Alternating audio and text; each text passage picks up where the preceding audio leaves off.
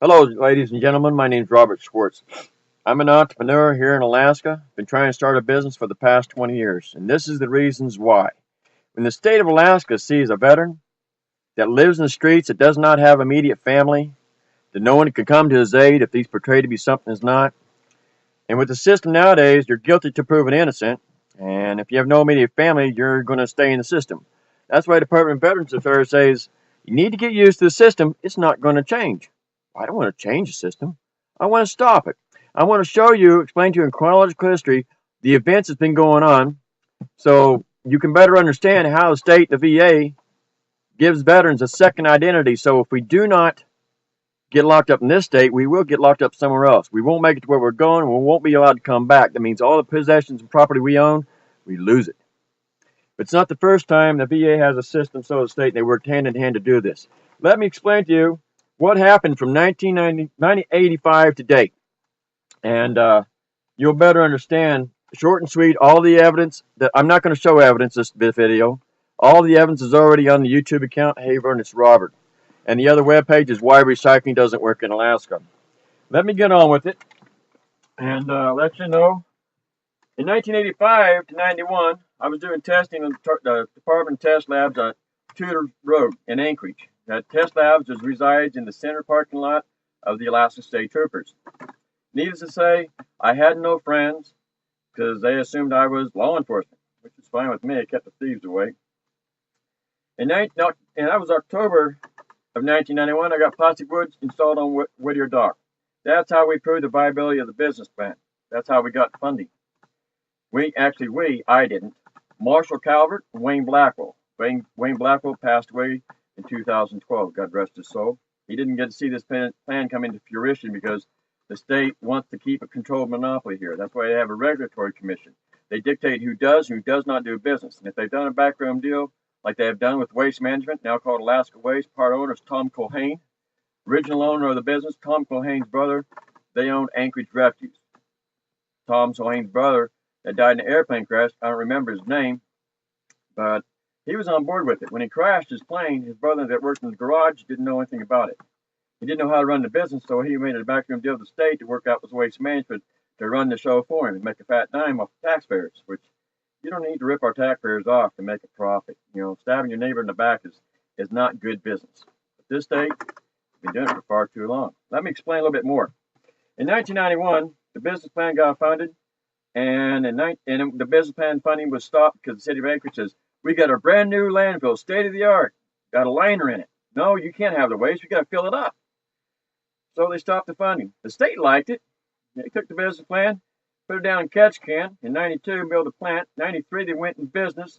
In 1994, the state of Alaska produced a doctor, state-paid physician, to label me mentally disabled, 40%, just enough so I can be abused in court and everywhere else in this state. So in 95, even though I was paid for a mental disability, say my past evaluation was Duluth, which was the scapegoat the state used for stealing the business plan. All criminals don't expect to get caught. And when you get done with this, you'll understand the state is red-handedly caught the pants down. I could say it in other words, but it wouldn't be very polite. In 1995, I was asked to be at Allison Air Force Base for introduction of a machine that makes fuel from the waste stream. I can't tell you too much about it because the Secret Service told me not to. That's all I can and all I will say at this point. In 1997, went to Valdez. While I was down in Valdez, I was working Nautilus Seafoods. Long story short, the man collapsed, performed CPR, saved his life, and then I had to go to the hospital and need life support. The Veterans Administration denied life support. The hospital in Valdez did not deny me life support. That's why I'm still here. In 1998, I met James Zoyka in an RV park. He introduced me to Donald R. Smith. Donald R. Smith, I agreed with him that I'd put a road in if James Zoyka would find funding for the business plan. And so, long story short, towards the end of the contract, I got the road all done. He was happy with it, but he didn't want to pay me and in fact, he didn't tell me about the business being funded. What he did do is put his hands around my throat and strangle me, try to kill me. Just after his buddy tried to shoot at me twice and missed. Troopers came. I got the troopers there. Trooper Holmes. He didn't check the rifle. Didn't care. Didn't do anything to Donald Smith. Apparently the state wanted me dead and sent him up there to kill me. how I see it. I can't prove it, but I can prove this much. Donald Smith went to the VA, told them I tried to kill him. I might try to kill other doctors, portraying himself to be a doctor. But if you ever met Donald Smith, he'll say, "Oh, just call me Doc." Everybody does, even though he's never been a doctor. The reason he said that, because his dad was a doctor in Minnesota State Prison.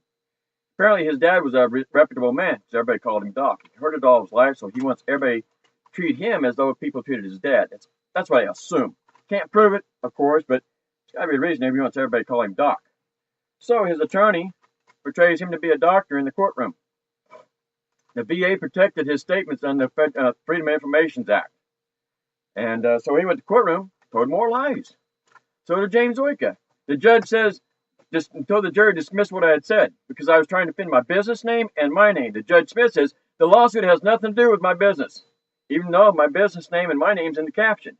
That was so they could talk about my business. In fact, Donald Smith and James Oika stated, James Zoyka, as Z-O-Y-K-A, James Oika stated that my business plan was break even at best.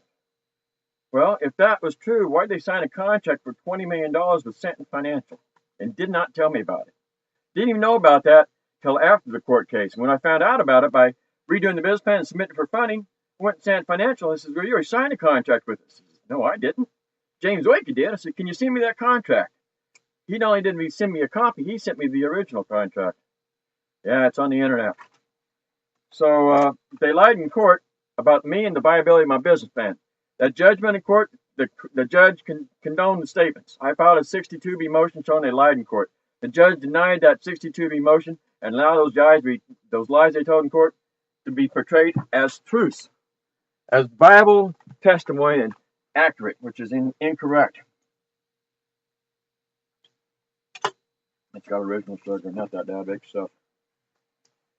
So Judge Smith let that judgment go. And that's what stops my funding, because the statements were made against the judgment's over $5,000 back then. Sure, it's getting more in interest. But the judge was supposed to stop them people from lying. He didn't. And that was in 2003. In 2005, the Secret Service interrogates me 2 hours in my landlord's kitchen. Sam Burks. Used to be Alaska prize fighter. His prize fighter name was Iron Man Sam. Literally, his hands were this wide. Big guy. And the house he used to live in, if you look at it, and I show it to you, the wall's bent. He kept breaking the chair and leaned against the wall. Bent the house wall. But that man said, Secret Service says, "We're not going to arrest you." They took 2 of my computers and a lot of my paperwork, which I had copies of. It'd be nice if they give me money back for the computers. They didn't. So I asked him, "Are you going to come back and arrest me?" He says, "No, if you was going to arrest you, we're going to walk right in cuffs right now." Thank God they didn't take me. So in 2007, I knew who did it. I knew Judge Smith did it, because the Secret Service said it was a Alaska official with excellent credentials. I knew. Who else could have excellent credentials to hide with this? So I called the operator, and the operator said, "Well, Judge Smith has a house in Anchorage, Chugach, and Big Lake." Geez, he lives in Matsu Borough. He must live in Big Lake. So I called and left a message on Big Lake. The message I left on Big Lake, I stated, "I pray to God, what you did to me happens to your daughter," not knowing if he has one or not, "happens to your daughter, and she's so far away out of your jurisdiction that you can't do anything to her to help her, and she gets to live the same life you let me live." I prayed his karma would come back on him. This is where he got himself caught. He told the troopers I called him on his chambers phone, and I threatened to kill him. Now, if anybody knows anything about court systems, Joe Citizen can't talk to the judge in chambers. Even if you call the clerk's office, they're not going to pass you the chambers phone. Maybe an attorney? I don't know. But then he lied again. He lied in court, saying, even though the troopers, after he lied, the troopers that believed that lie, he didn't have any evidence. He just told them a lie. They went out and arrested me. I mean, SWAT guys came out of a plane down, full armored gear, gun, shield, everything. I was scared to death. Both sides of the road, line up the cars. Me out there. I mean, I got publicly slammed because the judge told a lie. The confession that the troopers got from me after they arrested me, Judge Smith didn't use in court. It wouldn't convict me of anything. So what did he do? He told another lie. He said I threatened to kill him. Well, during trial, I got a public defender, but since the state of Alaska does not have legal counsel for the mentally disabled for civil or criminal cases, the public defender is instructed by the court and told to do by the court. So what I had said did nothing. I asked to get my phone records. No, he did exactly what the court said and convicted me. He had no evidence. The only thing, all the convictions this state has on me has no evidence. They have hearsay and conjecture, and all the evidence they do have is fabricated. You can prove it.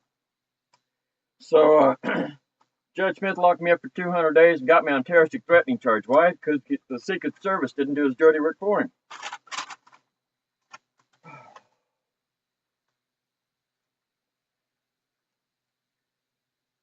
And after the conviction in 2000 for Donald Smith's conviction, I had probation for 5 years. After that 5 years probation, the VA has me locked up every 2 years. Premeditated. They locked me up in probation for 5 years for Donald Smith's case. I had 5 years probation. 2003, 2004, 2005, 2006, 2007, 2008. The VA locked me up 2010, 2012, and tried 3 times in 2014. When they couldn't succeed, they called people in the community and helped them lock me up. I found this out because I was confronted by a few businesses and other businesses, and I put them in their place because they was wrong. They were showing their children how to disrespect elders in public, and I put him in his place. Another business told me what was going on because he didn't trust the government, doesn't like the government. And when the government asked him to help lock me up, he told me what they's up to. That's where the government goes wrong, thinking everybody trusts the government. Big mistake. So it didn't. No one's arrested me. And then 2014. Oh, and this year, I got a cheat sheet. I have to. 2014. This year, the U.S. Marshal's Office told me that Judge Eric Schmidt should have been arrested 11 years ago for allowing them people to lie in court. Would you believe Judge Smith is still on the bench? Judge Smith, after he got me convicted 200 days in jail for terroristic threatening,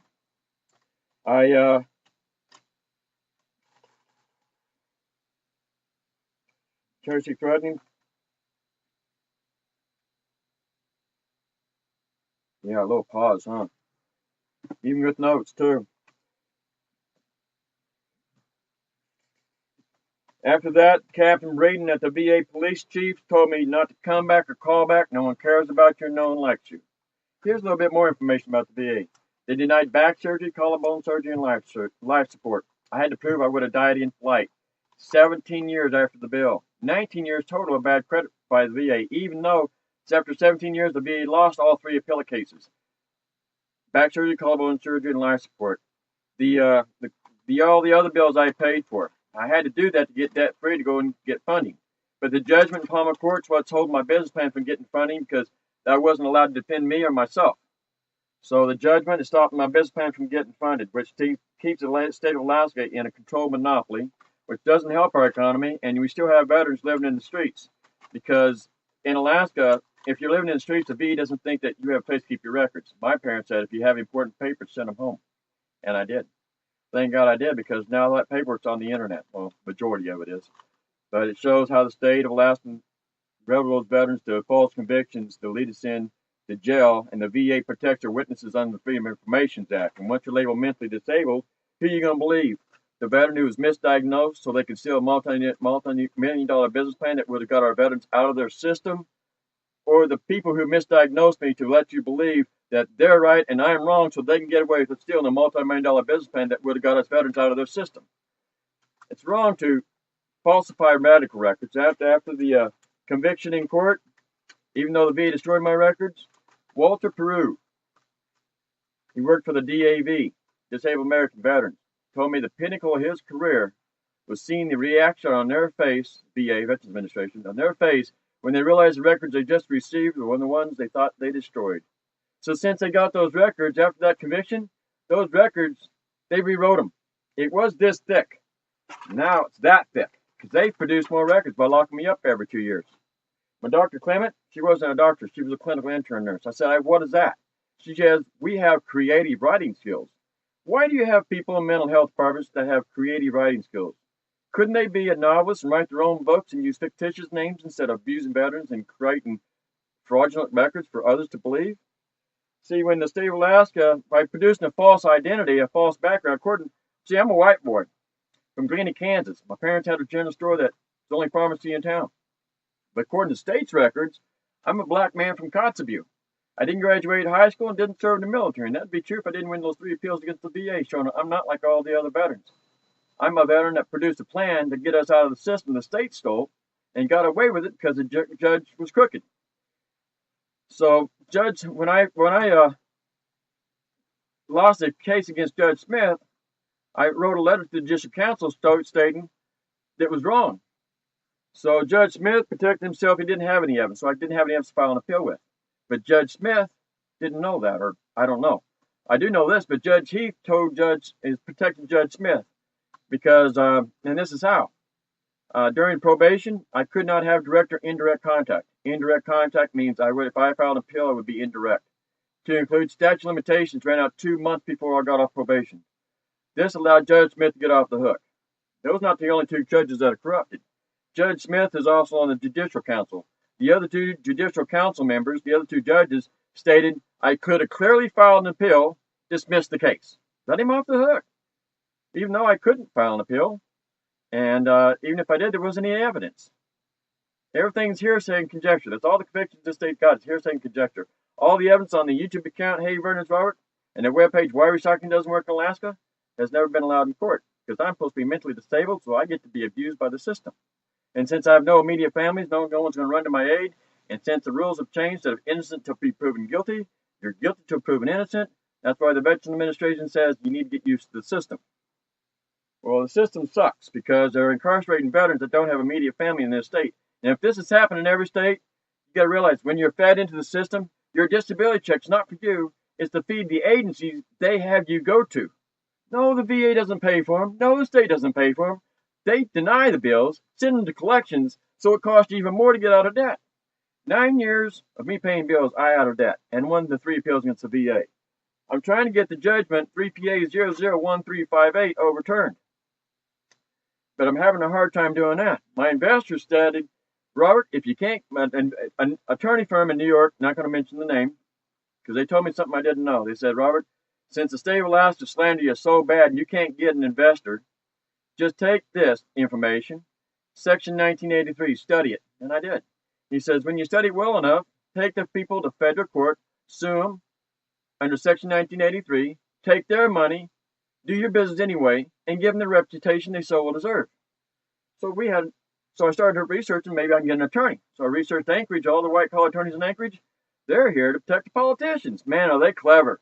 They know how to make sure I can stop the funding by not overturn a judgment that the judge let people lie about. Then a judge told a lie himself to get me on terroristic threatening charges. Not only there's a judgment against me, but I'm on terroristic threatening charges. So that's a guarantee I'm never going to get funded, so they protected themselves quite well. Clever state, huh? One thing about it, politicians leave a paper trail. It's on the internet. But the state's got even more clever. They don't allow the mentally disabled to defend themselves with or without legal counsel. And if you had legal counsel like I did, they took him from me. The attorney gave me the money back and said, please don't sue me. Huh. This day's coming like I told Judge Smith. Your karma's going to come back on you. I can't wait for the day that they arrest him. I would love to be there just like say, I told you your karma's going to come back on you. But until that time, I'm going to try to get funded. I made this as simple as possible. There's a lot I did not say in here because I've already said it on YouTube. The account, Hey Vern, it's Robert. So if this makes it any easier to understand, please give me a call at AKRPS91@outlook.com. Thank you very much for your time.